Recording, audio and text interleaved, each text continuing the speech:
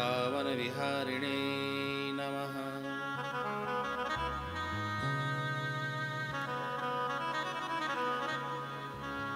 अखंडमंडलाकारं व्याप्तं येन चराचरं तत्पदं दर्शितं येन तस्मै श्री गुरुवे नमः।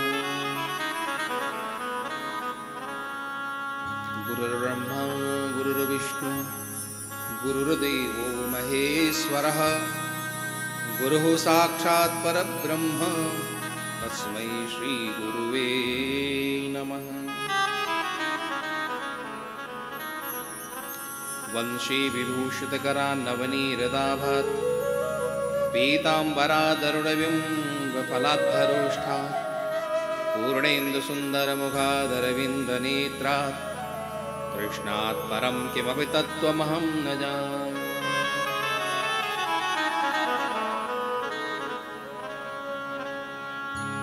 मनोजवं मारुततुल्यवेगं जितेन्द्रियं बुद्धिमतां वरिष्ठं वातात्मजं वानरयूथमुख्यं श्रीरामदूतं शरणं प्रपद्ये।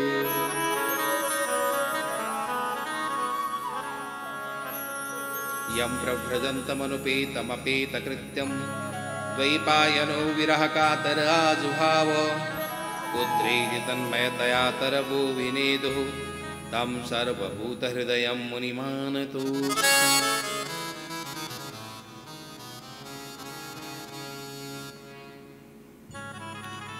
ॐ सेनाभवतु सैनो भुनक्तु सह वीर्यं करवावहै तेजस्विनावधीतमस्तु मा विद्विषावहै। ॐ शान्तिः शान्तिः सुशान्तिर्भवतु। आइए मुद्राष्टकम से प्रारंभ करें। मेरे साथ साथ आप सब लोग मिलकर के बोलेंगे।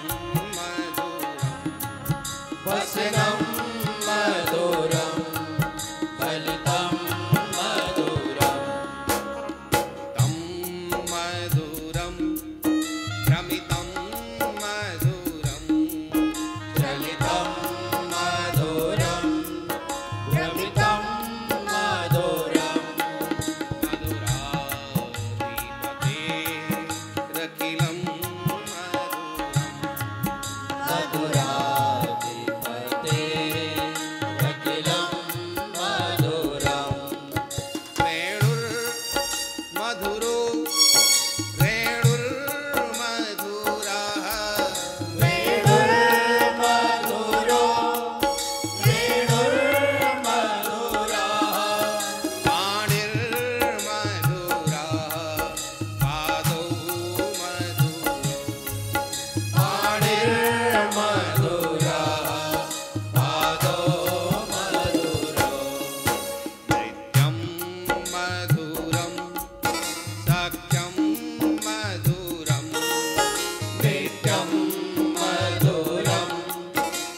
सख्यं मधुरं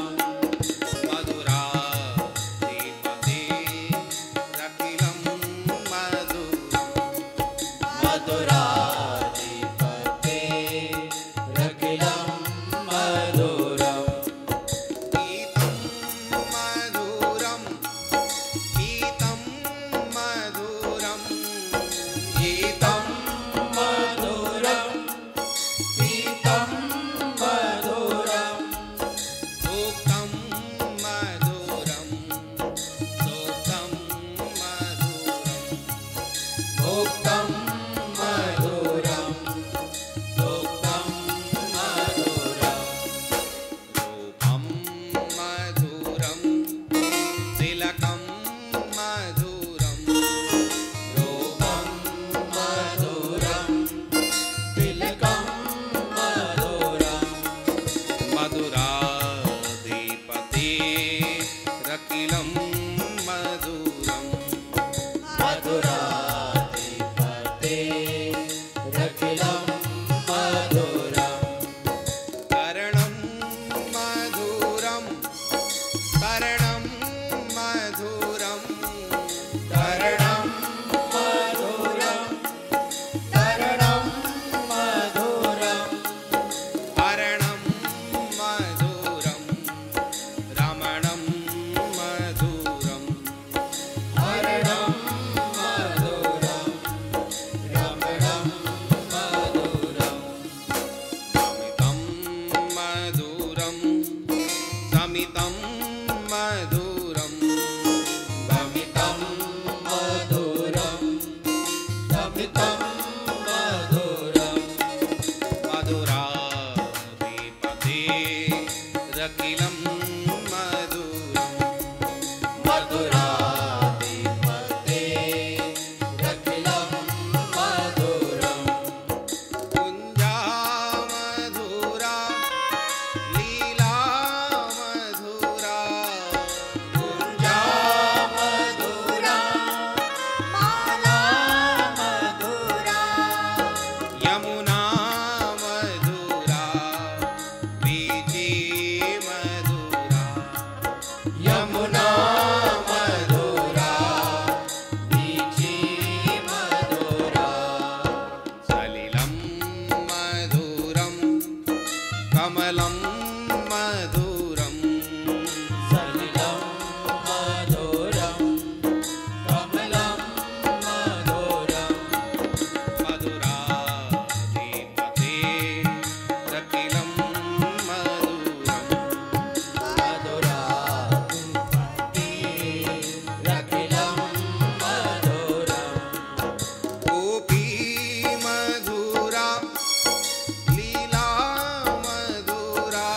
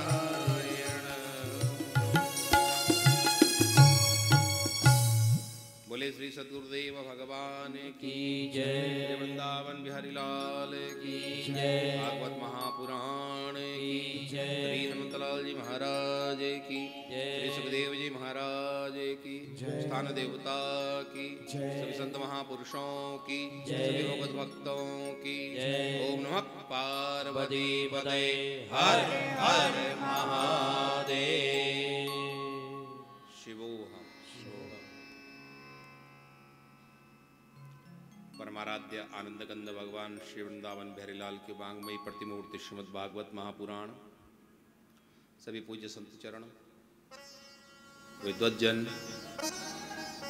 सज्जनों, मातृशक्ति एवं इस दिव्य भव्य अनुष्ठान के आयोजक श्रीमती कनकलता प्रेमचंद जी गोयल, श्रीमती कृष्णा विजय जी गोयल, समस्त गोयल परिवार,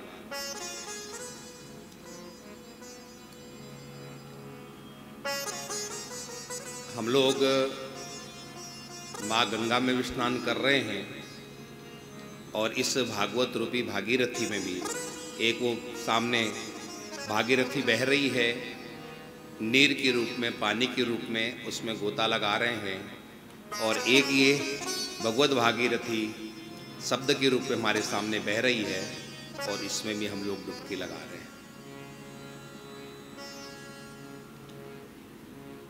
यहाँ से चाहे वो कोई कहानी कही जाए, चाहे कोई कथा कही जाए, या कोई महापुरुष आकर के आपको कुछ सुनाए, उन सब के पीछे एक ही उद्देश्य है कि आपके जीवन की उस दिव्यता को प्रकट किया जाए।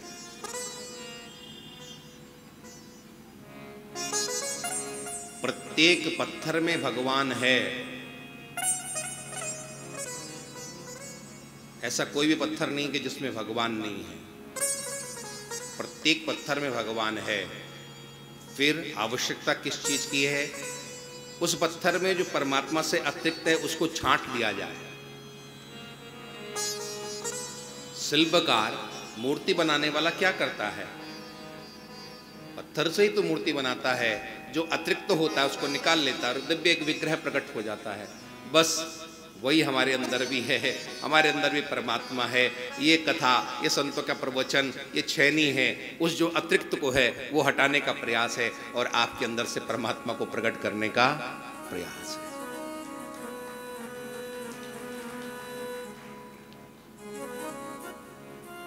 परीक्षित इसके मुख्य श्रोता है।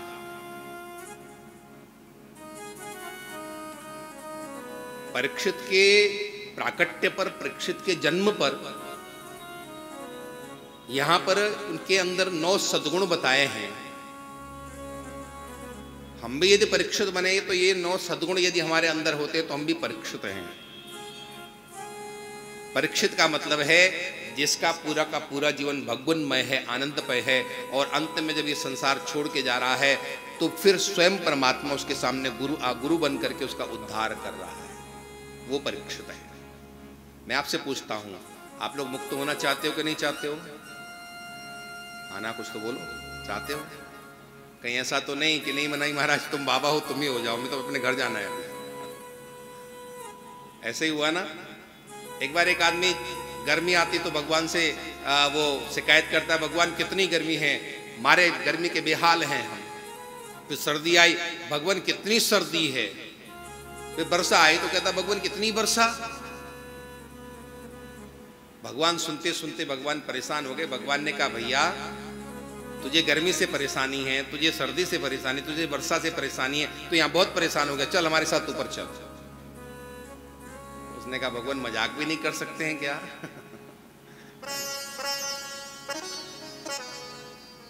हम परीक्षित बने, और परीक्षित बनने का आनंद ये है कि आपको जब इस भव सागर से पार जाने का समय होगा तो आपको कोई प्रयास नहीं करना पड़ेगा, परमात्मा स्वयं आकर के आपका हाथ पकड़ के आपको लेके जाएंगे। ये फायदा है परीक्षित बनने का। तो परीक्षित बना जाए कि नहीं बना जाए? बना जाए। सुनिए परीक्षित कौन है। सुखदेव जी, श्री व्यास जी महाराज परीक्षित के जन्म का यहाँ पर सुंदर श्लोक कह रहे हैं, सुनिएगा कितना सुंदर ये श्लोक है। ततः सर्वगुणोदर के सानुकूल ग्रहोदय यज्ञे वंशधर पांडुर भूयः पांडुरिवोजसा। परीक्षित का जन्म हुआ मां उत्तरा के गर्भ से। कैसा ये परीक्षित है? इसमें 9 सद्गुण हैं। ये 9 सद्गुण यदि आपके अंदर भी हैं तो आप भी परीक्षित बनने के योग्य हैं, परीक्षित बन सकते हैं आप। सबसे पहला इसमें सद्गुण है भगवान में इसकी दृढ़ निष्ठा है।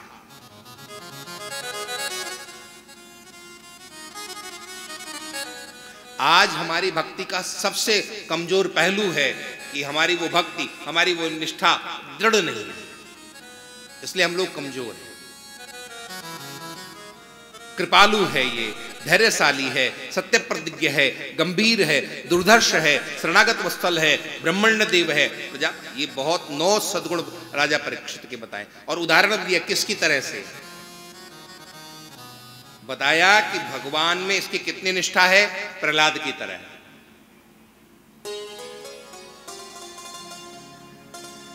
आप लोगों के जीवन में कष्ट आते हैं और यदि वो कष्ट थोड़े ज्यादा हो जाए तो आप लोग, मैंने बहुत बार देखा है, भगवान के मंदिर आना बंद कर देते हैं आप लोग। आप लोगों ने कई लोगों को देखा होगा, मैंने प्रत्यक्ष देखा।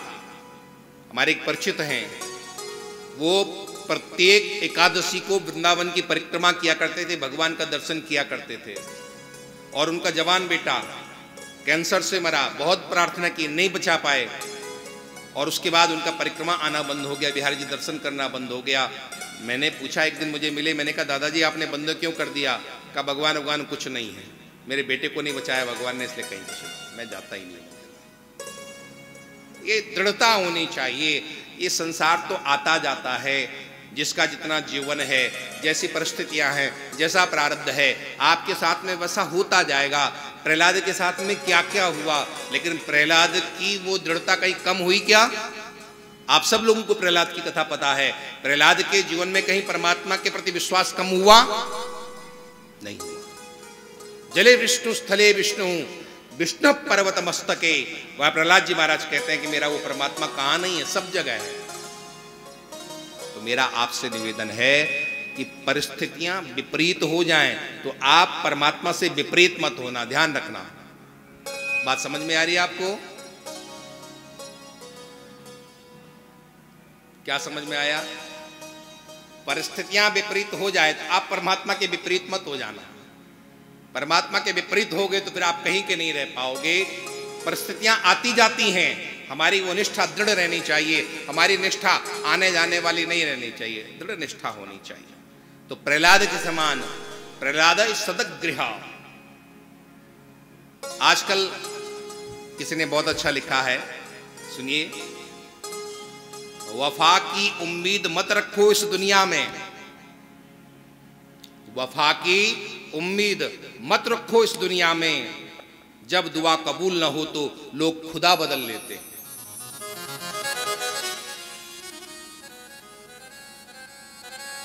प्रहलाद सदगृह, वो प्रहलाद की तरह सदगृह वाला था, भगवान में दृढ़ निष्ठा वाला था, भगवान शंकर के समान कृपालु था। कृपालु भी व्यक्ति को जीवन में होना चाहिए। दया जितने अंदर आपको है, जितना हम दूसरों से अपने लिए मर्सी चाहते हैं, दया चाहते हैं, उतना ही हमें दूसरों के प्रति भी रखनी चाहिए। जितना हम परमात्मा से अपने लिए दया चाहते हैं, उतना ही उस दया को हमें दूसरों के प्रति भी प्रदर्शित करनी चाहिए। तो प्रहलाद भगवान शंकर के समान ये दयालु था, बलि के समान धैर्यशाली था। धैर्य भी भगवत भक्त के जीवन का सबसे बड़ा गुण है। आपके अंदर धैर्य होना चाहिए। आप कल्पना करो बलि महाराज के जीवन की और थोड़ा अपने जीवन से तुलना करो। बलि को पता है कि भगवान है, बामन बन करके आए हैं, मेरा सब कुछ लेकर के चले जाएंगे, लेकिन उसके बाद भी उसका धैर्य डगमग नहीं हुआ, वो दृढ़ रहा। भगवान है तो कोई बात नहीं है, मुझसे बड़ा सौभाग्यशाली कौन होगा जिसके आगे पूरी दुनिया हाथ फैलाती है, वो मेरे आगे हाथ फैला रहा है। दाता एक राम, भिखारी सारी दुनिया, और वो परमात्मा मेरे आगे हाथ फैला रहा है, तो इस मुझसे बड़ा और सौभाग्यशाली कौन? वो धैर्य पूर्वक टटा रहा है।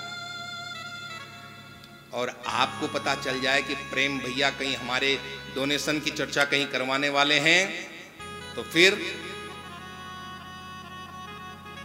शायद गायब भी हो जाओगे।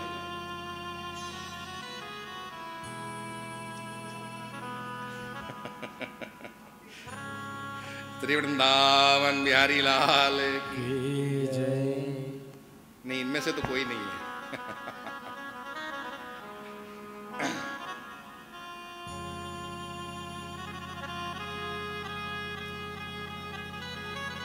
हैं? हाँ, मजबूत स्वामी जी कह रहे थे ना कि आप लोग पक्के जिज्ञासा वाले हैं, परीक्षित की तरह पक्के जिज्ञासा वाले हैं। कि कोरोना काल में पूरे सभी आश्रम खाली पड़े हुए हैं और यहाँ पूरी कुर्सियां भरी पड़ी, तो इससे अच्छा और क्या जिज्ञासा होगी।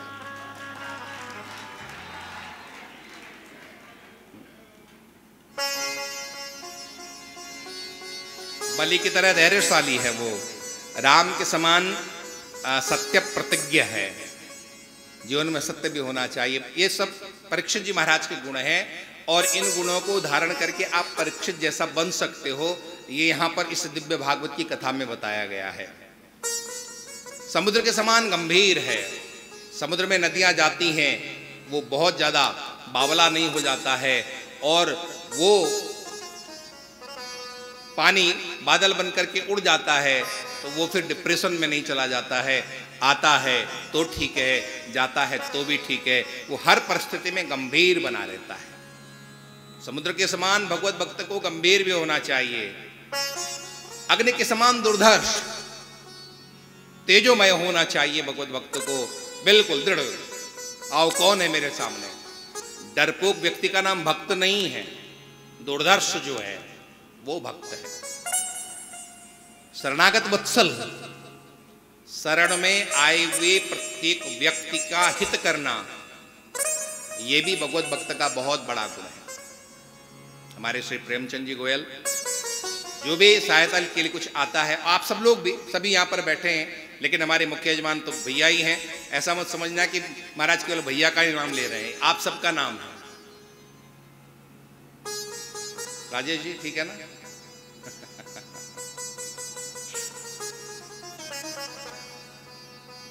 शरणागत वत्सल, जो हमारे पास कुछ याचना लेकर के आगे शरण में आगे चुका है, उसका भरपूर सहयोग करना, ये भी एक भक्त का लक्षण है। प्रेम भैया में ये पूर्ण रूपेण से दिखाई देता है।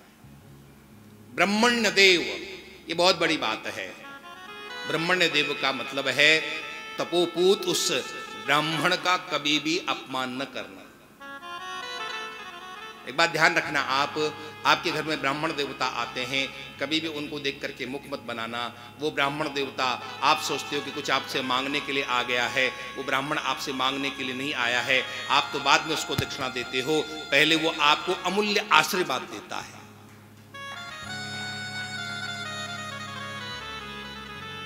इसलिए ब्राह्मण्य देव, ये परीक्षित जी महाराज ब्राह्मण्य देव है, ब्राह्मणों का बहुत सम्मान करने वाले हैं। गोयल परिवार की तरफ से सुबह 108 ब्राह्मण बैठ के पाठ करते हैं ना। ब्राह्मण वही है जो सतत अपने यजमान के हित की सोचता रहता है। ब्राह्मण देवता पाठ कर रहे हैं, ये आपके लिए तो है, उसके बदले हम क्या दे रहे हैं उनको? कुछ थोड़ी बहुत राशि दे रहे हैं, लेकिन आपको जो मिल रहा है वो अमूल्य है, उसका कोई मूल्य नहीं है। ऐसे उन ब्राह्मणों की कृपा भी तब प्राप्त होती है जब आप ब्राह्मण देव होते हैं। और प्रजापालक भी थे, राजा थे वो, प्रजापालक थे। किसकी तरह है? इक्ष्वाकु के समान। आप भी राजा हैं। राजा दो तरह के होते हैं, एक तो पूरे प्रदेश का राजा होता है, और आप कहाँ के राजा हैं? आप अपने घर के राजा हैं, अपने फैक्ट्री के राजा। तो जिस तरह से वो राजा पूरे प्रदेश का, पूरे देश का पालन पोषण करता है, आप भी व्यवस्थित रूप से अपने घर का पालन पोषण करें। एक व्यवस्थित रूप से आपका यदि वो सब पूरा गृहस्थाश्रम चल रहा है तो आप भी परीक्षित हैं। और ऐसे इनके वो 9 सद्गुण थे, परीक्षित इनका नाम पड़ा है। भगवान को चारों तरफ ढूंढते हैं, इसलिए इनका नाम परीक्षित पड़ा है। और धीरे धीरे परीक्षित बड़े हो रहे हैं। घटना घटती है, विदुर जी महाराज तीर्थ यात्रा करके लौट करके आए। जिस समय महाभारत का युद्ध प्रारंभ होने वाला था, विदुर जी ने कहा कि दोनों मेरे अपने हैं, पांडव भी मेरे अपने हैं और ये कौरव भी मेरे अपने हैं। मैं किसके पक्ष में हो जाऊं, किसके विपक्ष में हो जाऊं? इससे अच्छा तो 20 का रास्ता अच्छा है। न मैं पांडवों की तरफ रहूंगा, न मैं कौरवों की तरफ रहूंगा। मैं तो तीर्थाटन के लिए जाता हूं। मैं तो तीर्थों में भ्रमण करूंगा, भगवत चिंतन करूंगा, मुझे नहीं लड़ना है। और अपना धनुष बाण वहीं छोड़ करके जंगल की ओर चले गए थे विदुर। बाद में कई वर्षों के बाद लौट करके आए, जब पूरा महाभारत हो चुका है, परीक्षित का जन्म हो चुका है, परीक्षित थोड़े बड़े भी हो चुके हैं, और उसके बाद विदुर जी महाराज का आगमन हुआ है। विदुर जी महाराज का बहुत स्वागत किया पांडवों ने, लेकिन विदुर जी महाराज ने एक बड़ी विचित्रता देखी कि अभी भी धृतराष्ट्र पांडवों के महल में रह रहे हैं। जिन पांडवों के प्रति जीवन भर इन्होंने बैर ही किया है, बुरा ही सोचा है, और उन पांडवों के बीच में बैठ करके ये भोजन कर रहे हैं, इस प्रकार से आनंद पूर्वक रह रहे हैं। पहुंचे हैं अपने बड़े भाई के पास और बड़े भाई से कुछ प्रश्न किए हैं। भैया तुम अभी भी घर में रह रहे हो? कहाँ जाऊं? जंगल में। अरे मैं कोई जंगल में नहीं जाने वाला, तुम जाओ जंगल में, मैं तो इसी घर में रहूंगा, मेरा जन्म यहाँ हुआ है, मैं यहीं पर पड़ा बड़ा हूं, मैं यहाँ का राजा रहा हूं, मैं कहाँ छोड़ करके जाऊं, क्यों जाऊं?